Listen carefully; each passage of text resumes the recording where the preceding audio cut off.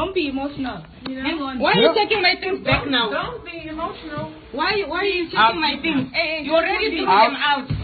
Oh my God. Out. Accept. Out now. Oh my God. No. Go. Guys. Oh my God. Yeah, guys. Oh my God. Oh my God. Okay. Siba, no. Oh my God. Oh my God. Oh my God. Oh my God. Ambulance, honey, sir. Oh my God. Oh my God. Oh my God. All right, my name is Sibahle Nkumbi. I'm a filmmaker by profession, but right now I'm studying in Bern for the next 2 years. So what brought me to Amsterdam, Zanele Muholi, an artist, was having an exhibition, and I came in as a writer so that after the exhibition I will write an article about it, and of course moral support, because a part of what she was displaying was Faces and Phases, which is a work where we are all involved in as pictures. So yes, so I came to Amsterdam because of the exhibition and to write. My time here was quite okay. There was really nothing suspicious that things could end like this. It was nice. We had a get together, a meeting, pre-meeting before the exhibition, and then we went into the exhibition a few hours later, and yes, the next morning, now we have to check out, and then this happens. So basically my experience was bittersweet. It started well, but it ended up badly. We knew that we were late, and we had a bell ring, you know, and so Ulirato managed to actually go open the door of this lady. And so she was a little bit upset, or clearly upset, but she managed to just talk from person to person politely enough. So she stated that this is not acceptable, you guys need to pack and leave now.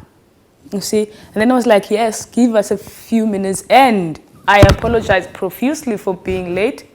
Yes, for us being late, and it was not acceptable. And yes, so we are making way of actually leaving, you know? And then that's when she came back a few minutes later with the husband that was banging the door. I don't know what she told him, because he was already angry when he was banging the door. He was like, open up. And then she opened, Lerato opened, and then this guy was extremely emotional. And I tried to ask him, why are you being so emotional? I remember repeating this question, it's like, why are you being so emotional? People are leaving, we are leaving. And then all he had to say, leave now. And of course it comes back again to him specifically being verbally abusive by saying, you people, you know, and you're not the great artist that you think you are. You're not the queen that you think you are. You need to leave now. This is not Africa. What is that, you know? The connection of those words. Any person of color that reads this and has been a witness or has witnessed racist attacks, you know that, you know it when it happens to you. And the thing is, the perpetrator always makes sure that they say something vague so that if it leads to legal issues, they can't prove anything. But his body language, his facial expression, the way that he was actually looking at us, it was not a matter of you looking at another human.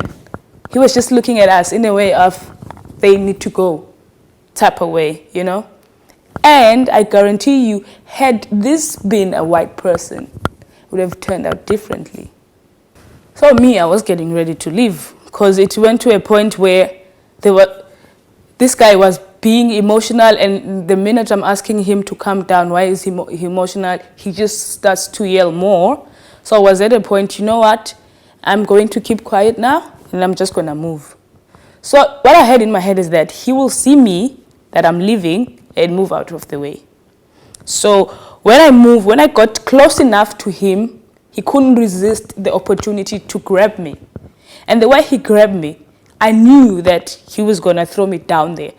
I was like, I even said, oh my God, I fucked up. Like I freaked out. I even said, what the fuck? And then as I'm resisting against this wall, he's trying to get me to his position. And eventually I lost grip of the wall because it's a wall. There's nothing to hold on to. And then that's when I flew down, all the way down. And prior to this, he did the same thing to my fellow colleague that is already outside. But fortunately for her, she was standing next to the rails. So she managed to have some resistance and turn back to look at him and tell him not to touch him, not to touch her. And then she left, you know. And then there I was by the corner of the wall. I had nothing to hold on to. So the worst that could have happened to her happened to me. He was holding, you can see the bruise. And there's also a bruise here because he was holding me so tight, you know. So tight. And it's his fingers because he was holding me from behind kind of thing.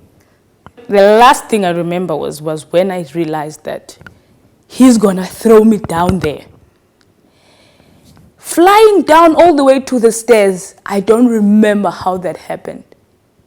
I passed out, woke up in hospital. People are panicking, people are crying, I'm in pain. And then I start to recall what happened. And then I get the video, I get the story. My colleagues were freaking out. Everyone is freaking out. Police came to question me, the hospital.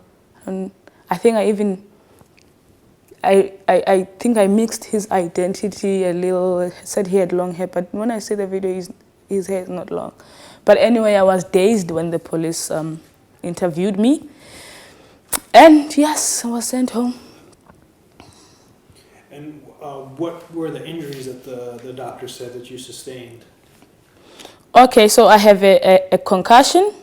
That's why I'm having problems remembering or staying straight, all right, because I shake a little.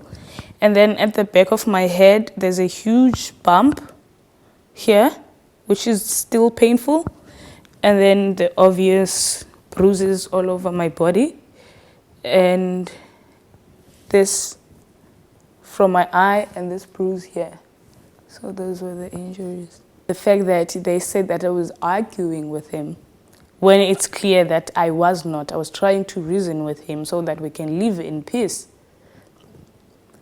That it took a little of my, I wonder what's going to happen tomorrow and now.